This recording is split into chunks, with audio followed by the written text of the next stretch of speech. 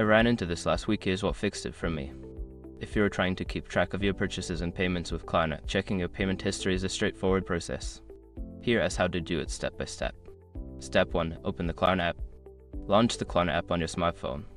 Make sure you reload into your account to access your payment history. Step 2. Navigate to account. Once you're in the app, look for the account tab, usually located at the bottom of the screen. Tap on it to proceed. Step 3. Select payment history. In the account section, find and select the payment history option. This will take you to a detailed view of all your past transactions. Step 4. Filter your transactions. You can filter your payment history by date or type of transaction.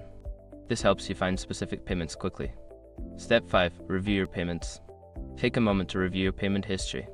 You can see dates, amounts, and statuses of each transaction.